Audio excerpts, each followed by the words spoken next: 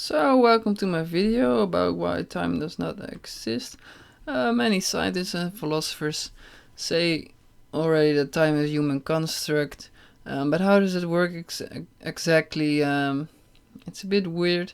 So I will take you through my line of thinking and see how we can replace the time with something else, with movement.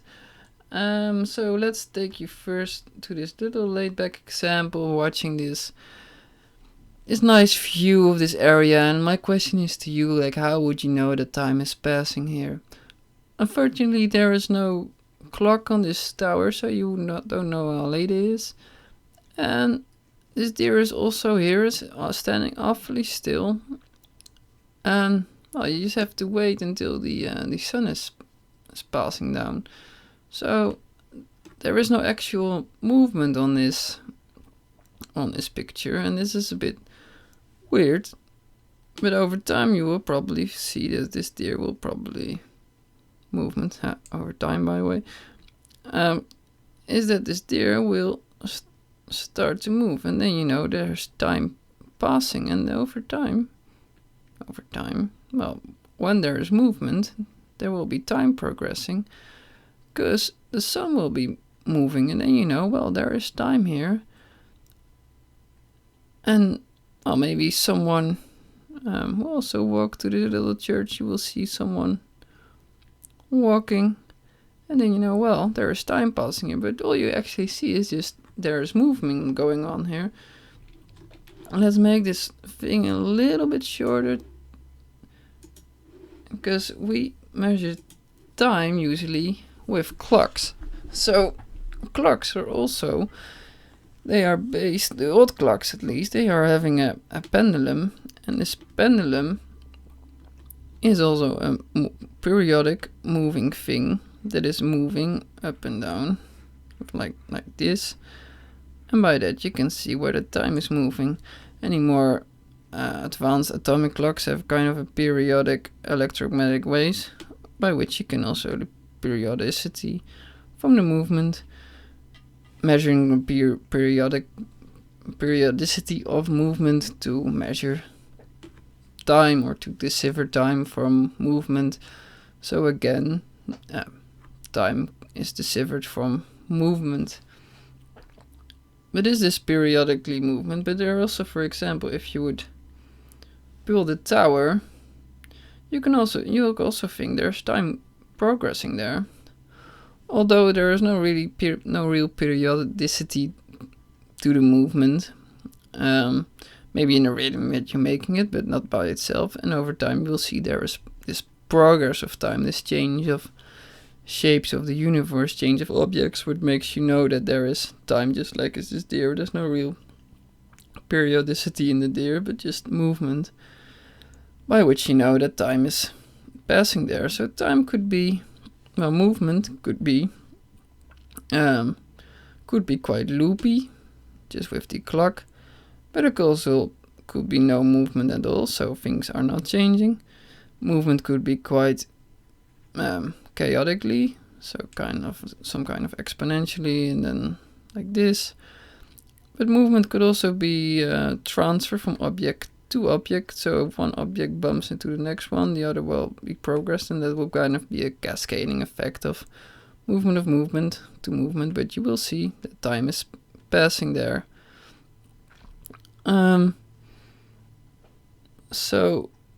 But this also leads to weird conclusions, is that, for example, where a place where there's no movement, for example in this landscape with this little mountain, there's no relative movement, so everything is kind of standing still on this earth.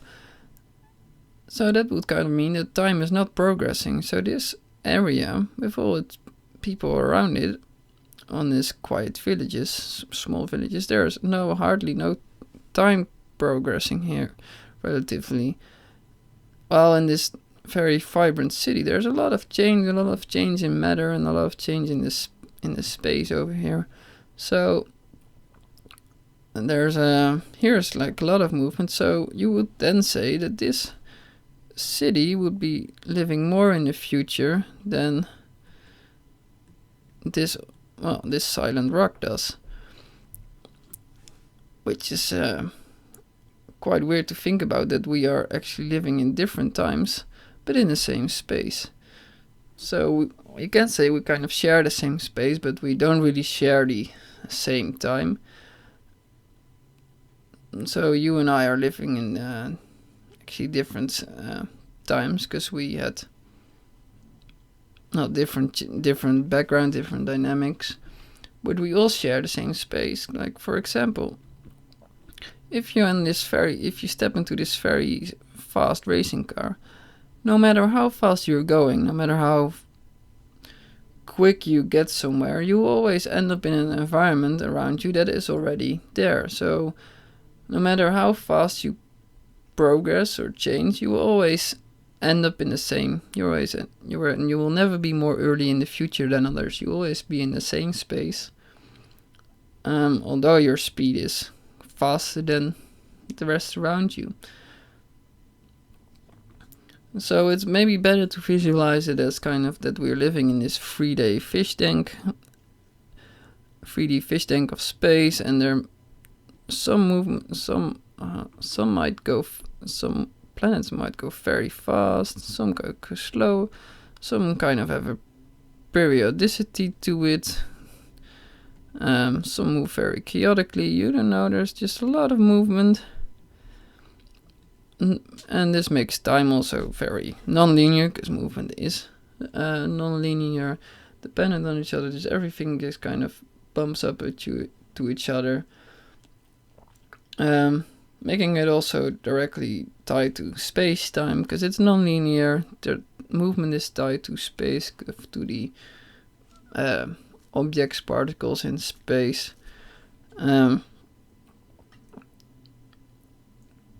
Well, that makes quite some sense to me. But I don't want to say that time is stupid at all. Okay, it's very useful for syncing up, to see the days, to see the years, also to see progress of building, like how fast can you build things over a period of some referential frame, which could be a clock. But by itself it does not really exist. So but it's kind of inappropriate to understanding the universe, like using time as some kind of constant variable that influences the progress of things, or like being at a constant sequential thing.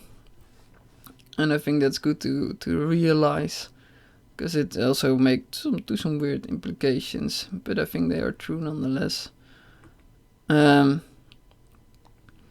So movement is the change of, we didn't really go into this, but I think the movement is the change of configurations in space, so the objects in space, which change space by itself, but also change the change the configuration of it by itself. But I think we'll go into that to the next videos. And we also didn't really talk about relativity of movement, and didn't talk about the observer when it comes to time, and the nature of movement itself, like what is it then exactly. We'll go into this in the next videos, but for now I want to thank you for listening. I hope you enjoyed it, and I hope you also agree with me. Well, I don't hope you agree with me, but it will be nice if you agree with me. Give you this little smiley guy, because I like it that you took your time to watch this video.